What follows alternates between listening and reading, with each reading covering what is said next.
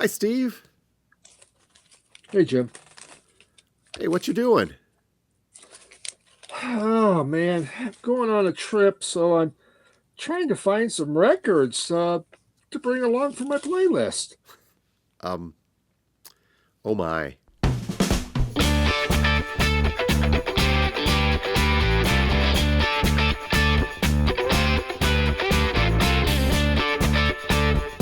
And hello and welcome back to Two Guys Talking About Records. Really only two this time. Yep. The Vinyl Community Podcast, where two guys just sit around and yak for a full hour about records. I mean, what more could you ask for in a podcast? It's all in the name. Yeah, that's right. My name is Steve, and I'm a record collector. And my name is Jim, and I own a record store. And Steve, right off the bat, I'm going to apologize for my normally dulcet tones are a bit more nasally today. Thank you to the creeping crud that seems to sweep around once in a while. It's been a while since I've been sick, but this one got me earlier in the week. It gives you that Barry White kind of sex appeal. I think All right. I think our female viewership is going to be jumping up this week, Jim. A whole Really. 6? Yes, It's more than double then. that's right.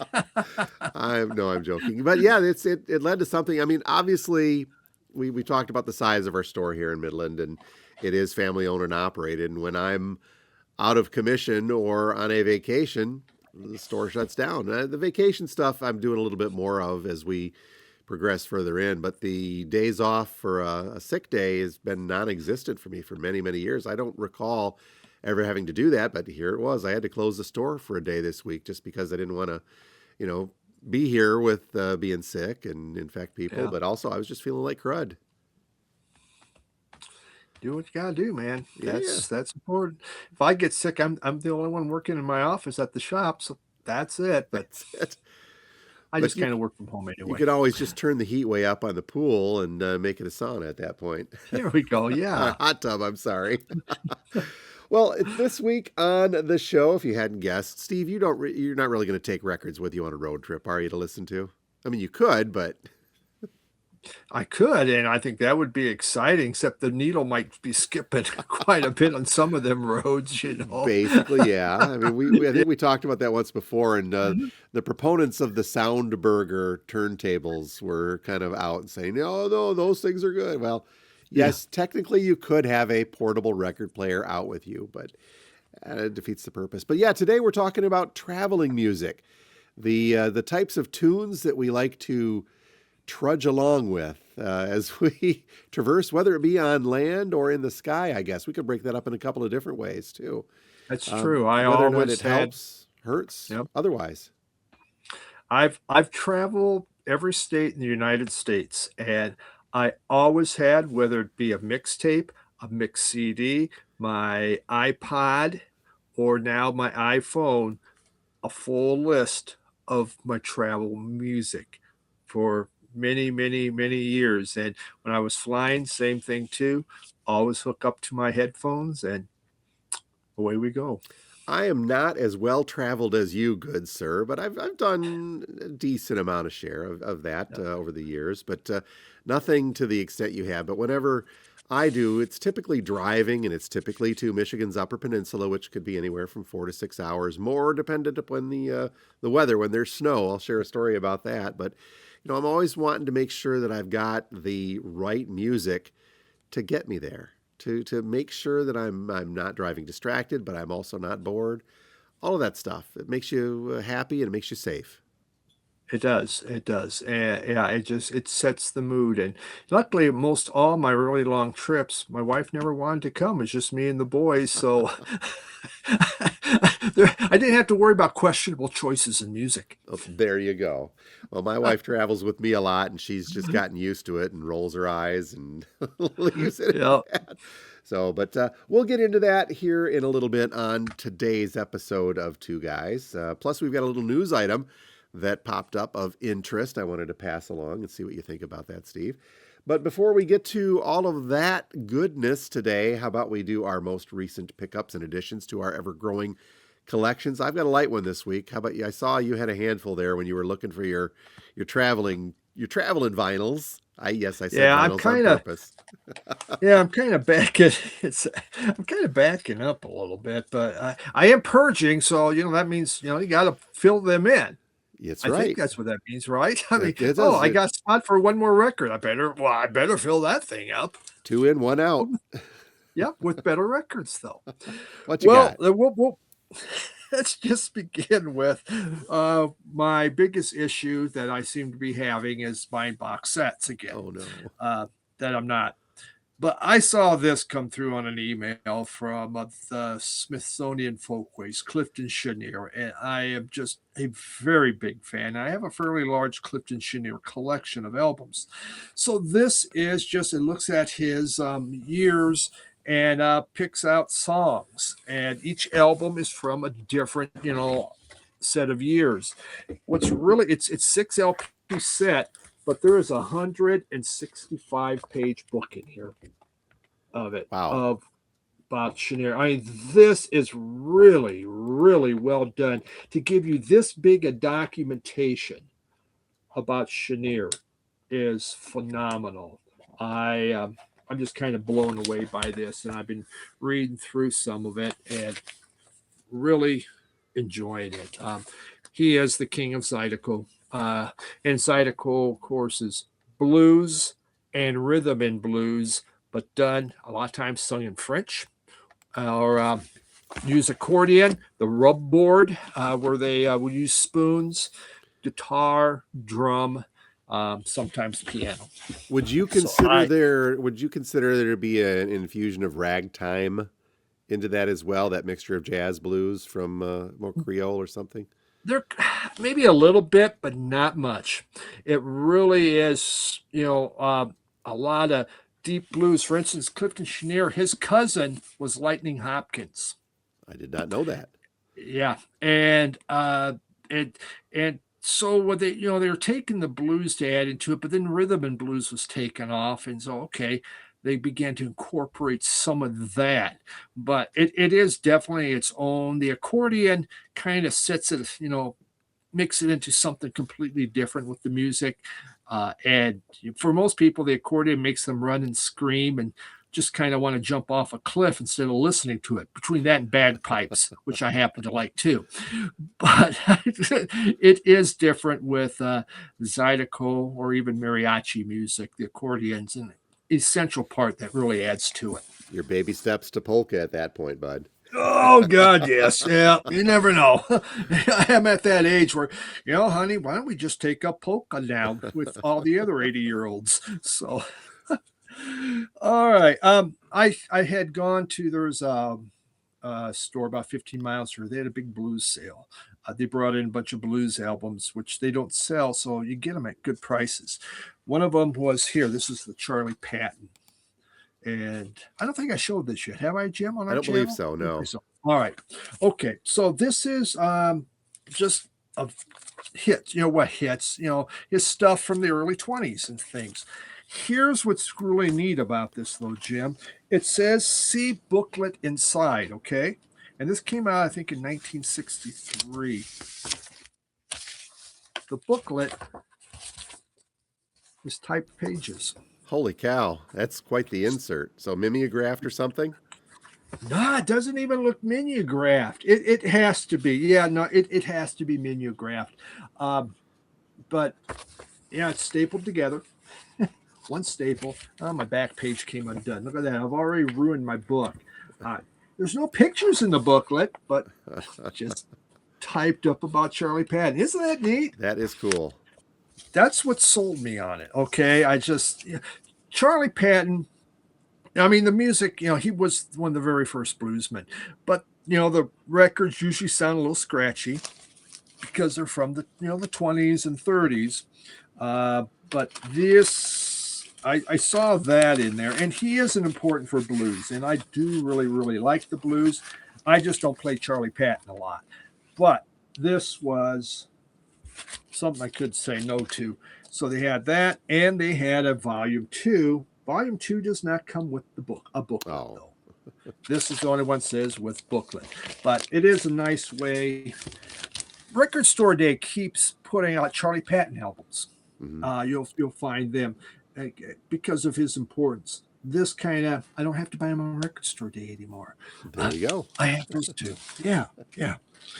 Then here's one I used to have and I brought back in Big Bill Brunzi and Big Bill's Blues. Big Bill Brunzi, he wasn't a Chicago bluesman. It was more um, folk blues, southern type blues. Big booming voice because he was Big Bill. But this is it's an original mono. Here we go from Adventure in Sound. Adventure and Sound Records. That's a cool label. Yeah, it's an offshoot of Columbia, so really, yeah, I was happy to bring that back in. I might have kept my vinyl on that one, and they had this Big Mama Thornton, and again another original. And these originals they're in beautiful shape because this is the same collection where I bought the Howlin' Wolf and Muddy Waters from last year. They've just had these blues sitting in the back on our Hooli because they don't sell them very well. Wow. But the vinyl is just on all of these beautiful. No scuffs, no nothing.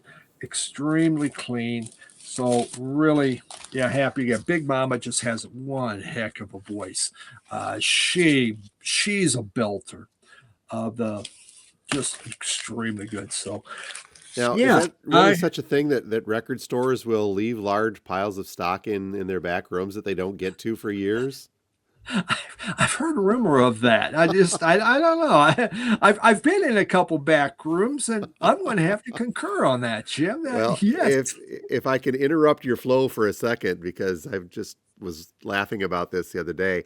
I've been getting to our back room a little bit here and there. Uh-huh. And do you remember before you moved away from Midland that you invited me over on a record buy that you had from somebody? It was in a basement, and you Yeah. ended up getting a few, but I bought the balance. That was, Hmm. I don't know, 2022 probably. Something like that. Yeah, a long time ago. I guess when I'm getting around to cataloging and getting out on the shelves.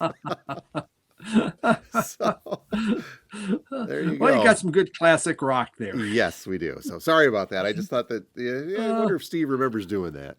yeah. That's this collection. They just had a lot of it still not out.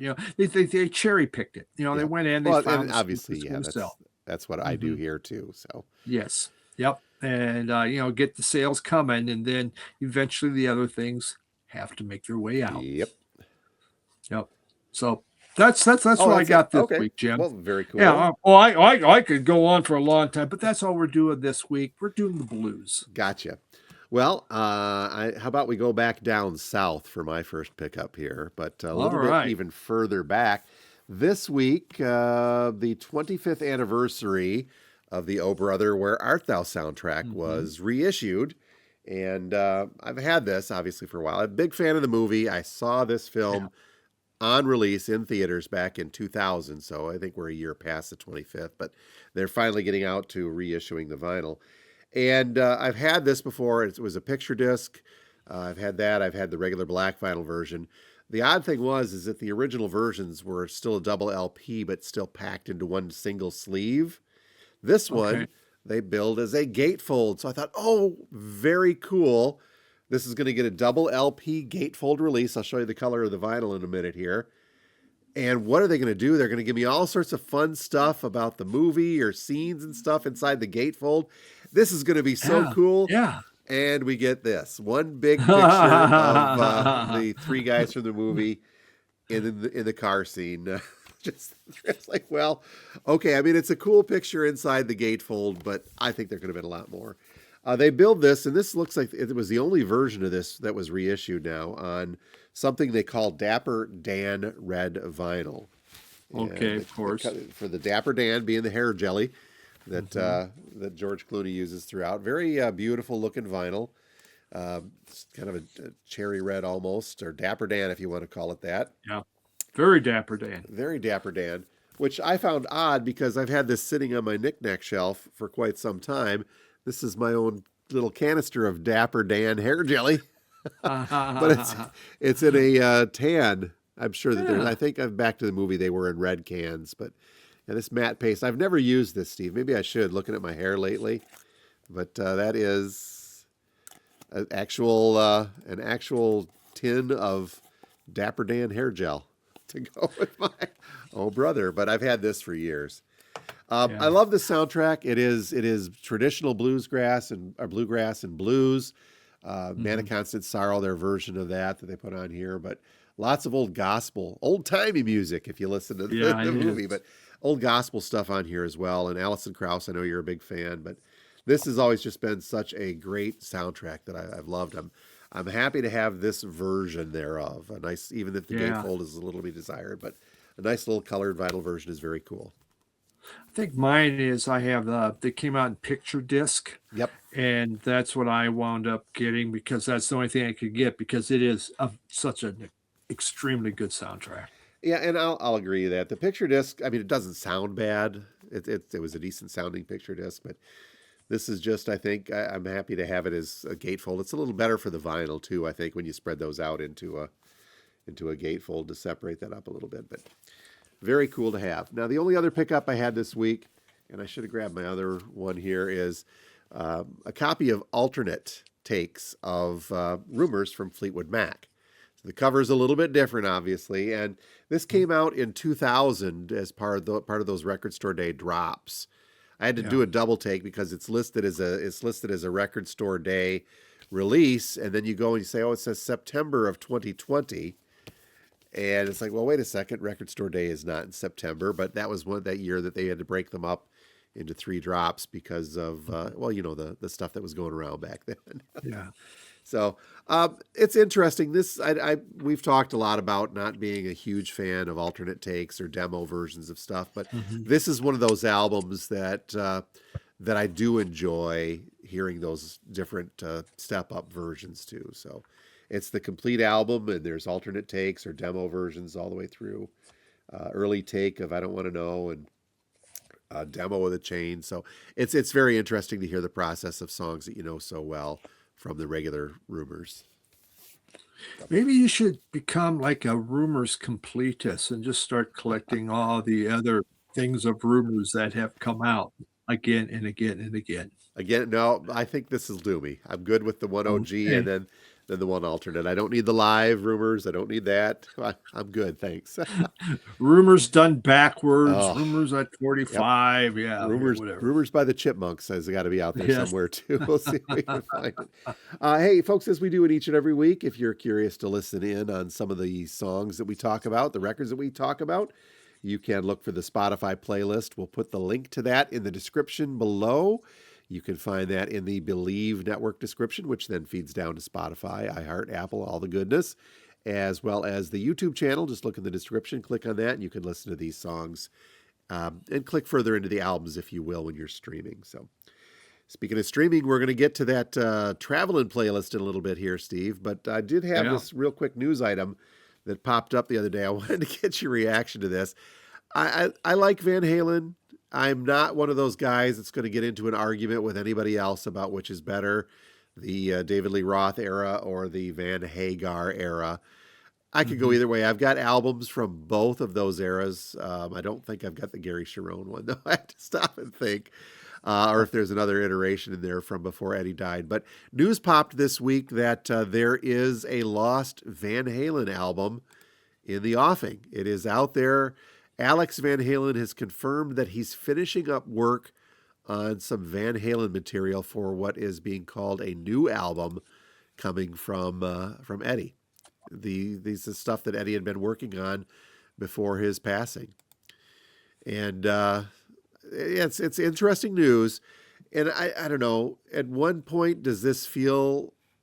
I think Alex did come out and say, "Hey, this is not a money grab. Don't worry about it. It's not a money grab." But the story from Ultimate Classic Rock says that he's confirmed this. He's working with Steve Lukather of Toto, who was, I guess, a really good friend of Ed Van Halen's. Huh. So he has got more of a pulse on his music, but I guess he is more helping out from the standpoint of a producer instead of adding something more, like his guitar work or any of the other stuff on there. The one thing, though, that is coming through is that this is not going to have Michael Anthony. In fact, Alex also had mentioned that Wolfgang Van Halen has already filled in and done the bass work for this. And now they just have to kind of figure out, he's done the drums, the bass is done by Wolfgang, Eddie's guitar is there. And that's where they're going to go next, is look for a singer. How about that? Wow. Interesting. Especially they didn't bring Michael Anthony back. That's kind of Well, there was some, I don't want to call it bad bad blood. blood, but there was a parting of ways. Now, I guess originally Sure. Alex had approached Paul Rogers of Free and Bad Company fame as a possible vocalist for this, but he declined because he has his own health issues. Then Hmm. it's, he did not mention, he says he did not mention David Lee Roth or Sammy Hagar, by the way, or Gary Sharon were unmentioned in this article. But then he said he would like to have Robert Plant come in. He said Plant would be a great fit, but the former Zepp frontman is touring with his own new record right now. Alex said he would have been an ideal choice, but nothing is etched in stone. So that sounds like they're Yeah. still working on it. This would be interesting, and hopefully they're not going to go too far as to change a lot of Eddie's stuff, but by the sounds of it, these are good, solid tracks that have been laid or at least started. The process, that demo process we Yeah. talked about, like they did it was a couple years ago where they used AI to fix John Lennon's lost song, and they brought that back to life. Yeah. Yeah. I, Exactly. I'd like to think that before Eddie Van Halen died, that he had some good quality stuff that he was working on, and we'll see where that goes. You can have AI finish up the guitar solos too. They can do. It can do whatever. Do just about anything. I don't know about Yeah. that, but we'll You know, we'll keep. yeah, for Van Halen fans, it probably is pretty exciting to try to hear that. They miss the guitar work. I have their first couple albums. I think maybe I have 3 Van Halen albums. I saw them in concert, when they were touring their second album. It was really Wow. good. I enjoyed the concert, but I just never became a huge fan of them. I enjoy their music, though it did not make my playlist. Uh, God, I wonder if I even have any of their stuff on my phone. I bet I don't. Uh-oh. I should check in on that. I mean, there is some really good Van Halen tunes, definitely. But Well, cool. We'll yeah, keep an eye on this, and we'll see if that bears any fruit down the line. and it's not a money grab, so that's good to know. It's good. He's donating the money to charity. I don't remember seeing that in the article, but we'll watch for that Oh, too. okay, all right. But if you buy it, that's okay. Okay. Well, Steve, let's say we travel forward a little bit into the main subject of this week's episode. Like how I did that? Yeah, nice transition. Traveling music. Now, you are retired. I'll use the air quotes retired because you're kind of retired, Yeah, but semi-retired. semi-retired. Previously, though, you did a heck of a lot of traveling. I remember that even when you used to live here in the Mid-Michigan area, you'd say, "Well, I'll be back in a week or so, and we'll get together. We'll record the next episode here and there." But you were on the road a lot, and on the road and in the sky a lot, and because of that, you had ample opportunity to expand and take your library with you. Why was that Yeah. important?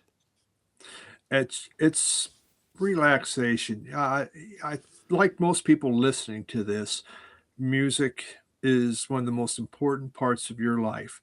You can deal without the TV. You can Yep. deal without anything, most things. But when it comes to music, you can't. And music relaxes you. It keeps you going. It keeps you awake. And I just, the long plane rides that I'd have to take out to Hawaii or Guam or Puerto Rico.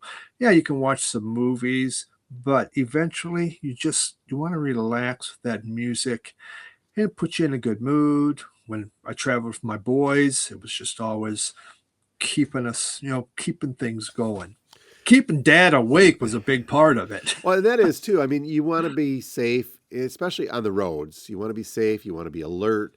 For me, and I've done a lot of driving. I think more than anything, I fly once in a while. I dislike it, but Mhm. we'll get to that in a couple of minutes. But the driving thing, when I was born in mid Michigan, and went to high school in mid-Michigan, and then went to college in the Upper Peninsula. We've talked about that before. When I was going to college in the Upper Peninsula, I would travel back down to mid-Michigan for family and such in there. But then I moved to the Upper Peninsula, and then I would still have to travel down to visit family.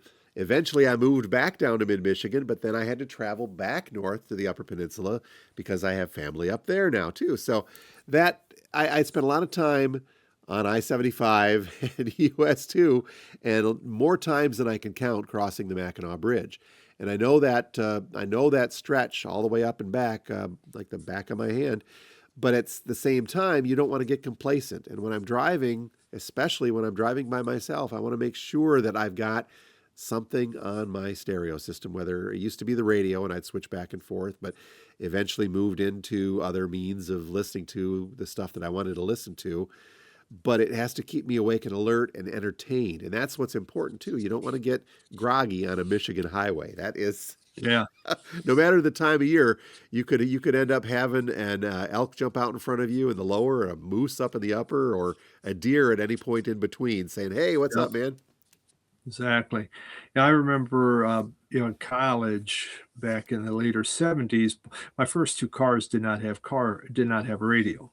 Oh And so wow. we had so we would put a boom box in the car, and I'd make tapes, for my records and just play in there. So there was music, but it was, such an important thing. I love when I'm driving to have music. I just my wife could do without it. She never will even turn on a radio. She just drives in utter silence. And I come in the car, pop it on, and she's learned that that's just how life is.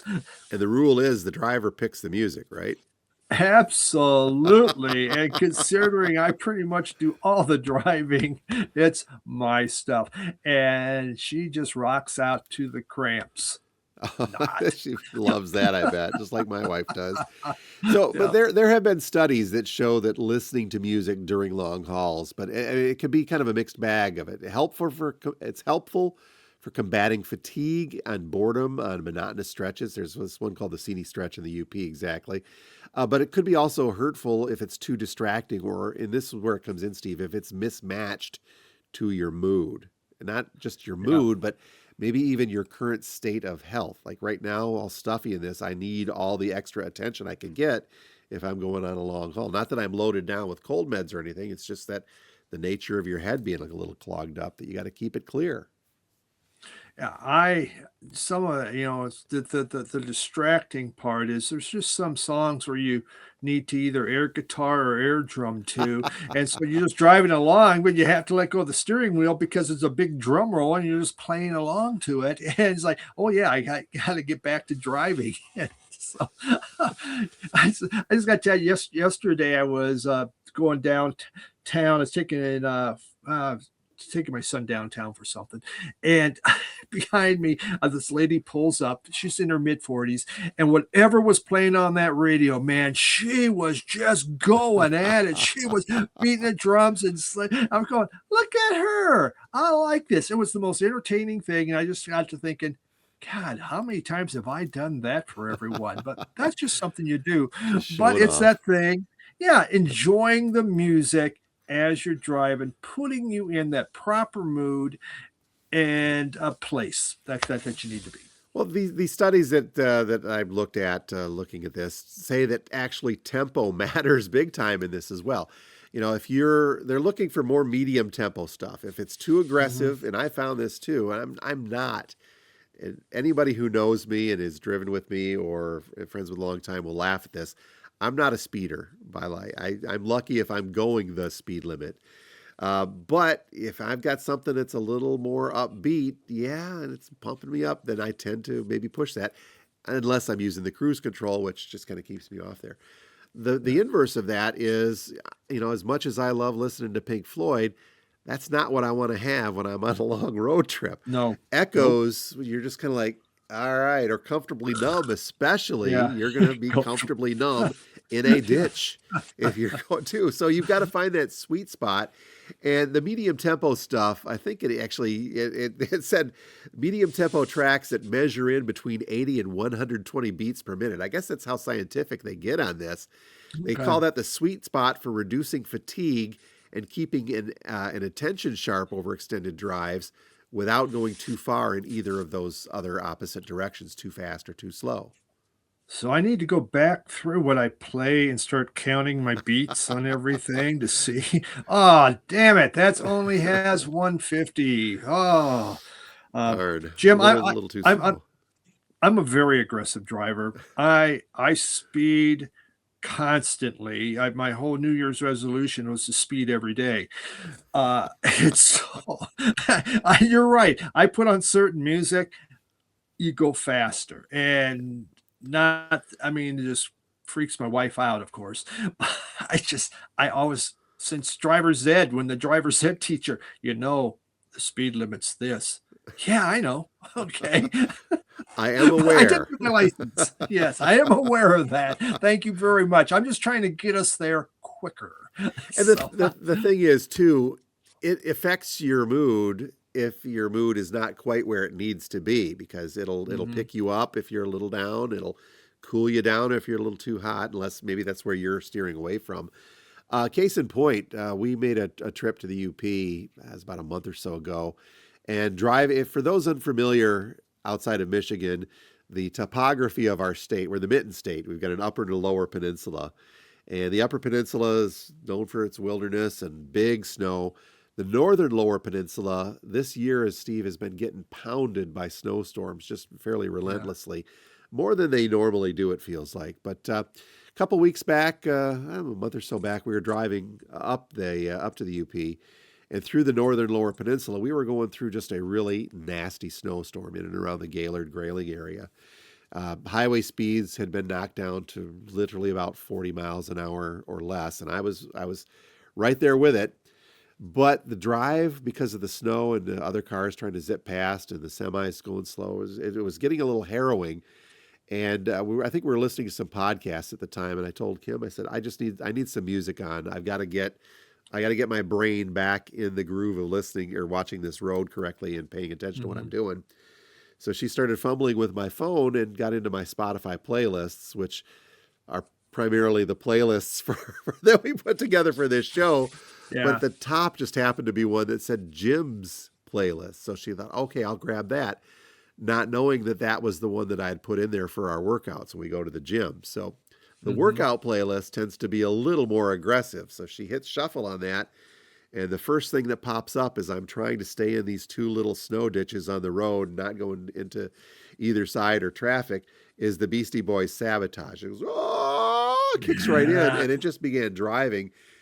And it kind of threw me a loop. I said, I love this song, but you got to find something else. I cannot listen to this while driving in the middle of a snowstorm. Otherwise, we're going to be off the road in a second or two here. But that's just another example, I think, too. Is just I've got this music for a certain reason because it Mhm. picks me up when I need to be picked up.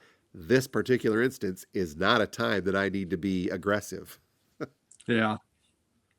That makes sense. Yep.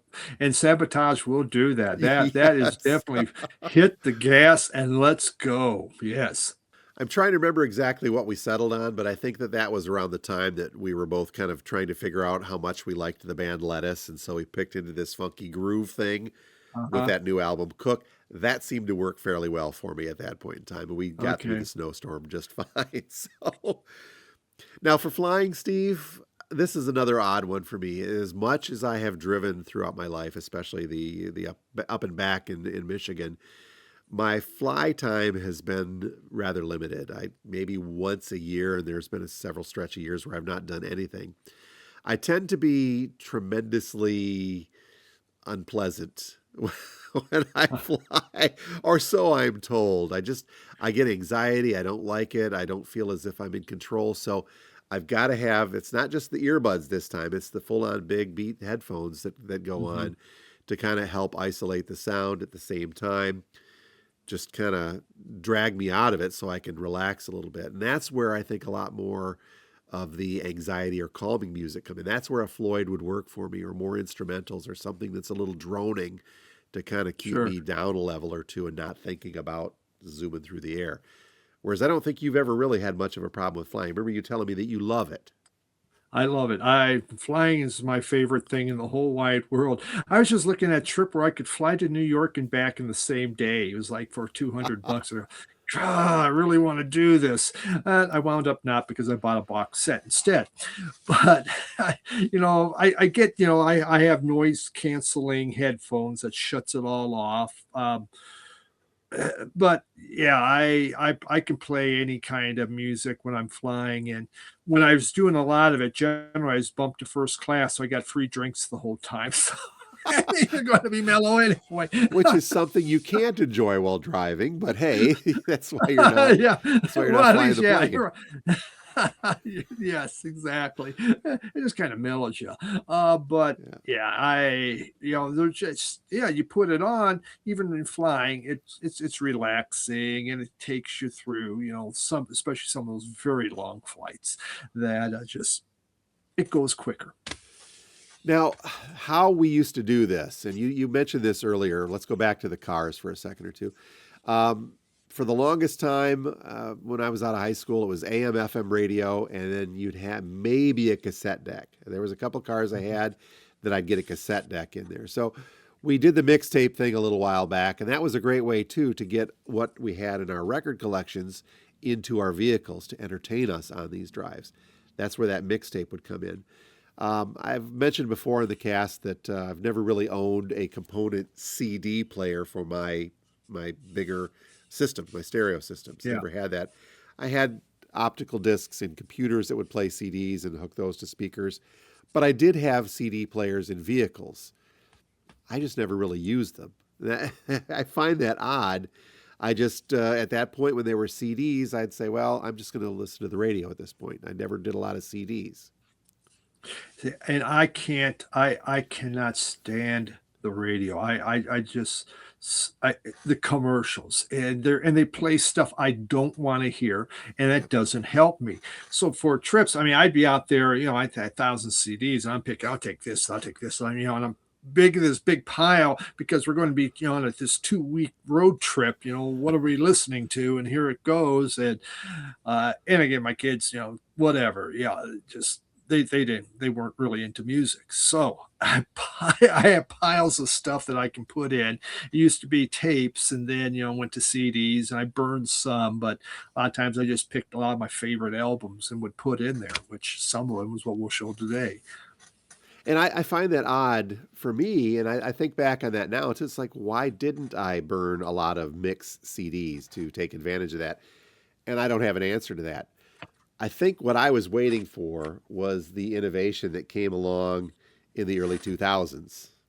Yeah. And this, if for those of you watching and for those of you listening, I'm holding up a third generation iPod. This is one of my originals. I guess I did have the first gen at one point with a click wheel, but didn't manage to hold on to that for some reason. But went digging around the other night, and I found, yep, this was my second iPod. It's a third gen from 2003, 15 gigabyte of storage on this thing, Steve. And to me, this was a marvel, but I still faced a little bit Mhm. of an issue in the vehicle, because I think actually I still have, these are the original earbuds that would go along with those. And you think of that versus, the ones that we're both wearing today, the Yeah. wireless ones, the Bluetooth. These things were so uncomfortable. They would never stay in your ear. Oh. They just didn't work. But then the big challenge for me, Steve, was, okay, I've got this. I've got hundreds, if not 1,000 or so songs at my fingertips on this iPod. How do I get this to my vehicle if all I've got is a radio, AM, FM radio with a CD player? Well, this was even before. A lot of cars at some point would then have that auxiliary jack where you could Mhm. plug the Yeah. mini jack from your headphone in the iPod into the stereo system. But for the longest time, I didn't have a vehicle that had that. So here's this cool little innovation back in 2003 that I found. It is a little attachment called the iTrip, and it plugs right into the top of that old iPod. And what this is a small, little low power FM transmitter that took what was on my iPod and would broadcast it to like 80 something, Huh. 88 something on my FM dial. And it Yeah. would really go for no more than 100 feet or so. But you could literally tune your FM radio to a certain frequency, and I think you could set it up in the iTrip, and then broadcast directly out of your iPod into your stereo system for those that didn't have the auxiliary hookup in their cars. And to me, this Wow. this was the pinnacle of of technical innovation at the time, because I finally have all of the music that I've got available in my record collection that I managed to put on my iPod. We won't talk Napster or LimeWire at this point, because I think the lawyers are still out there, and Lars Ulrich will come after us. Not that I'm saying that I did use those services, but possibly. But Yeah. that to me, that was one of the greatest things in the world, because now I had that collection that I could curate on a single device, not have to fumble for, you mentioned, hundreds of CDs or several dozen cassette tapes, but everything in one spot, broadcasting in one spot to the vehicle that I was driving in. And I thought it was the greatest thing in the world. When I first started flying, I had the CD Walkman. Well, I Yeah. first had the cassette Walkman, then I had the CD Walkman. So and okay, I'm going to be gone all week on this trip. What CDs? And I'm flown there, and so I get into the plane, I hook it up, and I have to have my favorite ones ready to go. Everything else is packed up, and but eventually I got the iPod, and because my CD Walkman crapped out on me, but I loved it, and I went through two of them. I mean, that I eventually they quit working on me, Yep. and so it was such a great innovation, because so much of my collection, my favorite songs, I didn't really did I put on full albums for a few albums, but I would just throw it in there and then find other music. Fantastic. You could curate playlists too within the iPod, which made that even, that was Yeah. the older iTunes is what they called it at that point. Mhm. I miss that, to tell you the truth too. In getting this out, Steve, I had to go dig this out of my desk downstairs. I still had that. I got thinking, how many of these, you mentioned you burned through a couple. I've gone through a lot too. This was my second one, 2003, I think. Then they moved into the 2005 with the iPod Nanos. And I think I had a Yeah. couple of different ones of those. They started incorporating a small video screen at that point. The iPod Mini was another one we had in there. A Mini first, and then the Nanos were by 2006 or something like that. Then the iPod Shuffle came out. Have you ever had one of these? This is that little, it's almost about the size No. of a pack of gum. That is an iPod, an old iPod Shuffle. No screen. You just control it through, it's basically just a small hard drive with a headphone jack. And Okay. so I've had a couple of those. That would have been 2009-ish, I think. And then roundabout, I have to stop and think of where I am here. Nope, that's in the 2009. I had an iPod Touch. And this was the precursor to the iPhones way back then. Mm. I've got this plugged in because the original iPod with the click wheel that I've got here still works, but the battery is dead, so I have to have it plugged in to look at it. But the iPod Yeah. Touch that I still have, circa 2009, I think this is the first gen, so 2007, it actually still does work as well, and it brings stuff up. Um, Very minimal. It's got an old YouTube, so this had Wi-Fi on it, still does, but it's got the music and the iTunes, which you can launch, and I think I still have a library of music on here Hmm. that I can scan through, and artists and genres. So this was the next step for me, and in getting this and having this music at my fingertips when I was traveling. Obviously now I tried to think back to how many different iPhones I've gotten to, and I could not tell you the truth. Yeah. I couldn't tell you where I am with that now, but now I've got everything. It's no longer iTunes. I still call it that, but everything's in here. You go from this first one, which, as I mentioned, was 15 gig. And if I look at the current iPhone right now, oh geez, 128 gig device with nearly 5,000 songs planted on it. And Yeah, I have I about still use it for that. Yeah, I got about 3,500 on mine. I just keep adding in. It's like a greatest hits Yeah. on there on mine. It's just the stuff that makes me happy. There's some now I go, God, why did I put that on there? Or, I'm always going to Apple iTunes. I hear something. I go, oh my God, I like that song. I don't have it on my iPad, on my iPhone yet.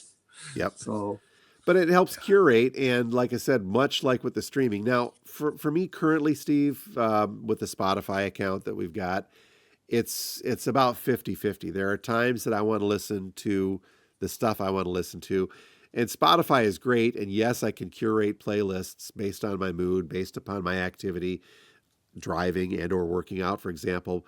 But what I find myself doing more so is listening to albums on Spotify. Things that mm, do I want to get this? Do I need this for the store? Is this going to be big?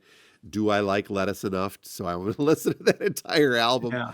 through there and decide from there? So that is what I do that for, where I'll dip back to playlists that I've curated literally since the early 2000s, coming up on 20 years now, that has carried across my devices. So I still, I think, utilize this more than I would on that stream. But that Okay. is what gets me through some of those drives, is the ability to, at a moment's notice, just call this up. Now, the new stuff, obviously, I don't have to jump through the hoops of, okay, do I hook this in via the mini jack? Make sure that I've got an auxiliary input in my car stereo. Do I get this little weird FM transmitter? Because most new vehicles now, everything is Bluetooth. You can Bluetooth in, Yeah. you can Apple Play in, whatever the case, and it's all at your fingertips, and it's all on a big screen, so you're not fumbling and becoming a less safe driver. Yeah, my iPhone, I would had a jack hooked it up into inside my car. We had a 2016 Kia, and my son was, I was taking us downtown last night, and I go, well, I should have took my pickup. I can, it's hooked. My phone's hooked right up to that. He goes, you don't have Bluetooth in here? I go, I don't. Well, we may, but I don't think it hooks up to my phone. And within 2 seconds, suddenly my phone's playing on the car. So I've had this car for almost 10 years. What the hell? Didn't know it did that. I'd get a cord and I'd hook the cord into the Yeah, auxiliary, and then I was playing it and I didn't have it. I go, well, son of a bitch. How about that? you're keeping up with the Oh, times there, Steve. Well, oh God. congratulations. Oh, my wife's going to be so happy now. you know, and the thing is too, it makes it a lot easier to switch things up based upon what you're feeling at the moment. And again, I'm not saying that we need to be distracted drivers based upon the type of music that we're listening to, but I've always viewed it as an enhancement of whatever I need to do to be safe. Does that make sense? Yeah, it does. I find it as an enhancement on how I can go faster. Yes. We're different that way, but okay. Yeah, just out of my way, and don't you dare try to pass me. This, sharing another story, maybe I'm sharing too much today, but my family laughs at me because when I do drive by myself, if one thing doesn't seem to work to keep me from drifting or getting, the brain starts moving and you stop concentrating on the road. So maybe I'll switch to some music. Okay. For whatever reason today that doesn't seem to be working, maybe I'll go and try and find a podcast or two. Okay. I like listening to Mhm. people talk once in a while.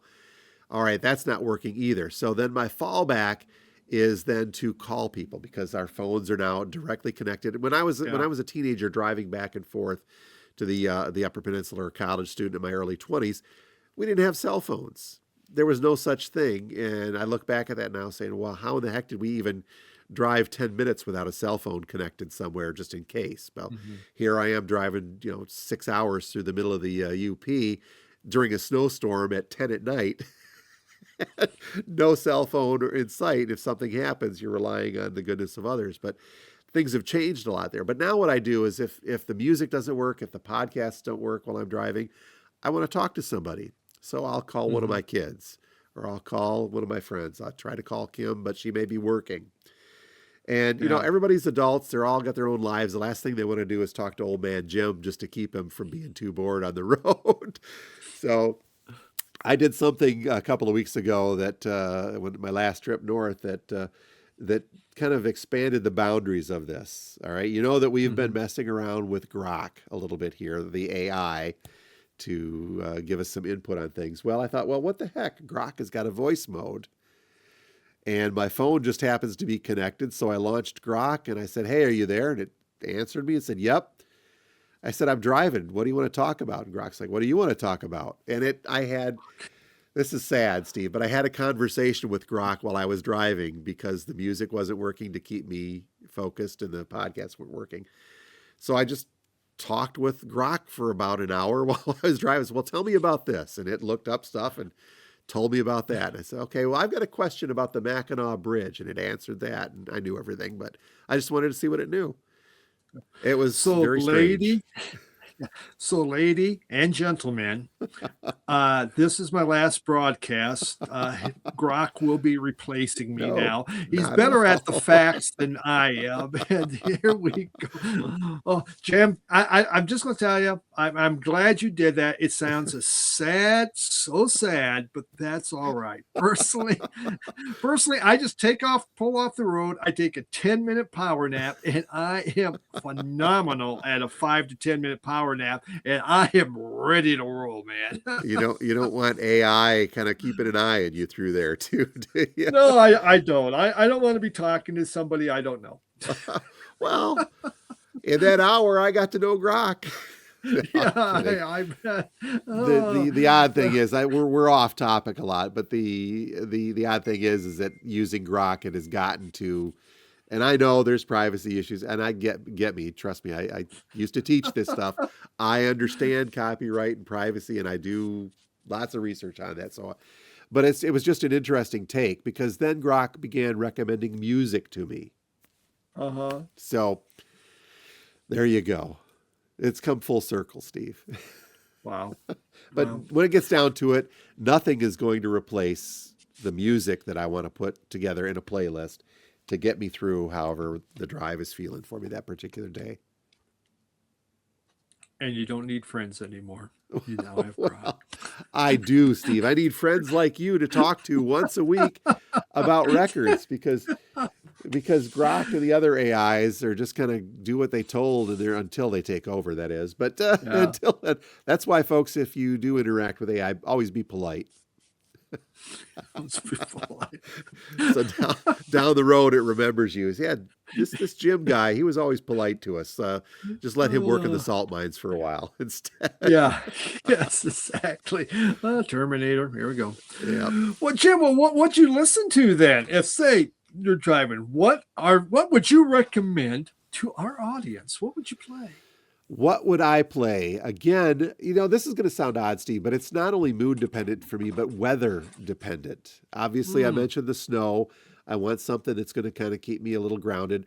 I tend to like instrumentals from time. That's why the lettuce would did good in that trip. Um, yeah. but there was one time I'm gonna talk Rush here. It's been a while since I brought Rush into the mix, but the album Permanent Waves features a song called Jacob's Ladder, which is a song about a thunderstorm.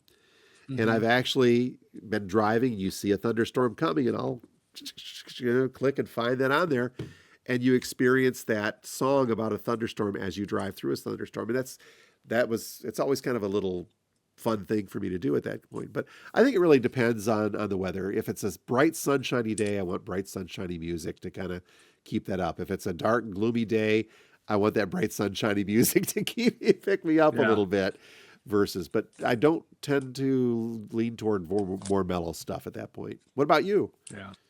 Well, actually, I pulled albums here of Oh, stuff okay. that I would listen to. If you Yeah. could put a record player in your car, what would you have? The Boston. first Boston album. That is And perfectly the cool. reason why it's like this album's like a greatest hits, and you know every song, and they're upbeat, they keep going.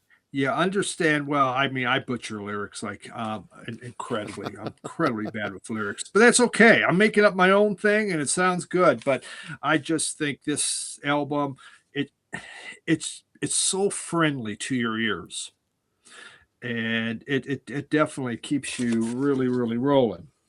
There would be like I'll throw a couple of them out here. Now, this is the Iron Man 2 soundtrack, but it's basically AC/DC's Yep. greatest hits. And AC/DC for me is my kind of driving because I'm going to go faster.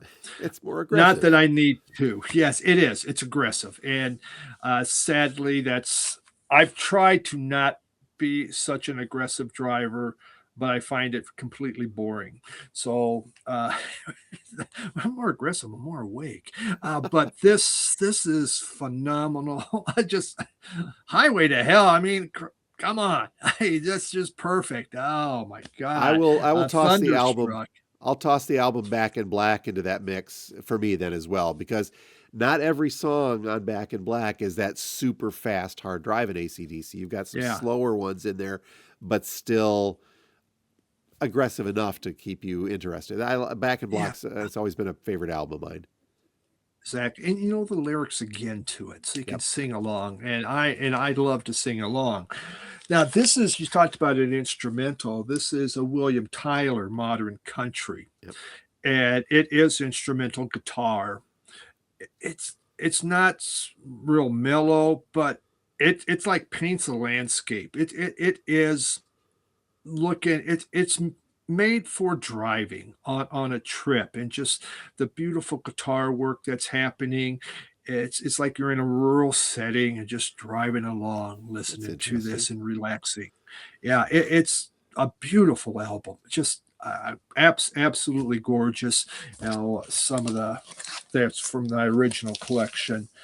Oh, Highway Anxiety. See, what a great song. Highway Anxiety going there. I'm going to live before it kills. The Great Unwind. It is a gorgeous album. And this last night we were watching a movie. What was it called? It was Hugh Jackson and Kate Hudson. It was with Neil Diamond. Yeah. Yep. They're like a Neil Diamond Yep. cover band. Yep. Song Sung Blue. Yep. And we watched that. I'm listening to these Neil Diamond songs, and they are. And I just pulled this Neil Diamond. It's perfect for driving because everybody knows them Yeah. and everybody will sing them. And I mean, they're upbeat, and it's that positive. Well, I mean, there's a couple of them I would never sing. I don't like. There's his one with the ET song, Heartlight. Yeah. I could just die Well, and puke when that comes on. But for the most part, especially the 60s, early 70s, it's just that kind of music. You're just going to sit there and blast and start singing. You can't help it. And that's what I looked at him, I go, I don't think I got any of him on my phone. I downloaded a bunch of Neil Diamond as we're watching. My wife goes, "What's that ding sound? What's dinging on your phone?" I says, "I'm putting Neil Diamond on there." Oh, well, she likes Neil Diamond, there you so go. that's okay. Well, that would Uh, be also good if you're driving with a bunch of folks in the car too that won't know all of the lyrics to Goo Goo Muck from the Cramps. They would know yes, Sweet Caroline, but not Goo Goo Muck. So there you go. yeah, You're making everybody happy. exactly. Uh-huh. Yeah. And I mean, he does have a hell of a catalog. He's one of those artists, a greatest hits Yep. takes care of me, Yep. but he had a lot of great hits. Just don't just it's not the one that has Heartlight or whatever the freaking ET song is. Gosh darn, I don't like that song. Not as bad as she built this built the Nope. city, but I'm going right to upset the next to it. Jefferson fans here. I did think of one more then, and this actually really ties in nicely because it is a concept album about driving, and that's Billy String's Highway Prayers. Came out Oh, a couple yeah. years ago. That one I do, and I'll stream that one. I've got it locally on my phone, as well as called up in my streamer. So I do go to that one a lot. It's got that upbeat psych bluegrass sound that Billy Strings is known for. And not every song is driving, not every song is mellow. It's a good mix, but that's a good Yeah. fun one for me as well. ZZ Top's greatest hits. Oh, yep. Uh, Before they went electronic, I mean, Tush, Jesus Left Chicago, Lagrange, and easy to sing along to. to just kick back. It's just one of those cool driving songs. I'll pull up War's greatest hits. Again, a lot of this is greatest hits because you know all the songs. Cisco Kid, Lowrider. Lowrider's when you want to Lowrider. slow down a little bit. You Yep. kind of just take the foot off the gas and you feel cool. You just go, Yep. yeah. And you're bopping your head back and forth and thinking it. But that one I really like. A couple more here. Some Judas Priest. After you do Yep. Lowrider, then Judas Priest comes on. This is the Screaming for Vengeance album. That's when you get road rage. It is because someone passes you, you drop on Screaming for Vengeance, and away you go. And yeah, it does. But then Earth, Wind, and Fire's greatest hits. So many good songs on here. It's just, you know the songs, you know how it goes. It has the funky horns. It makes you feel good, and it's relaxing. Unlike Judas Priest, who's maybe not necessarily the most relaxing album in the world, the Earth, Wind, and Fire, you're going to get that. You're going, yeah, shining star for you and me. It's just fantastic stuff. Gotcha. Fantastic. Well, cool. So, folks, what would you recommend as a either album or a playlist to help with driving? Do you need help with driving? Are you like Steve? Do you need to bring it down several notches, or are you like me? You need to bring it up. We meet somewhere in the middle, Steve. I think we'll be good driving together. Yeah, should be. A lot of people get nervous. I've ridden with you before. I understand that. I can pass them. Don't worry about that truck coming. I got it. Then I think you rode with us once. We went out to dinner before you guys moved, and I could feel your foot pressing the floor a few times when I was driving. Here nor there, Steve. But yeah, folks, please let us know where you stand on this. Do you need music to get you through a long drive? Do you need music to bring you down if you're on a flight, or ground you, so to speak, in the most safe of way? Maybe that's not the best way to talk about flying music if you're grounded. Stuff to help with your anxiety. How's that? There we go. But please let us know in the comments. We'd love to hear from you. That is, I think, going to do it for this week, Steve. What do you think? I think so. I think everyone's now making sure their playlist is right and ready to go. And yes, please feel free to share what you would listen to. We'll probably just throw that onto our iPhones and see, and we'll test our driving skills to what you recommend. There we go. Please let us know. All right, Steve. So until next time, you folks have been listening to and watching two guys talking about records of Vinyl Community Podcast. My name is Jim, and I own a record store, and I think I need to clear the head a little bit today. I am Steve. I am a record collector, and just don't pass me on the road. Thanks, Steve. Have a good week. You're welcome. Bye, Jim. Bye, everyone.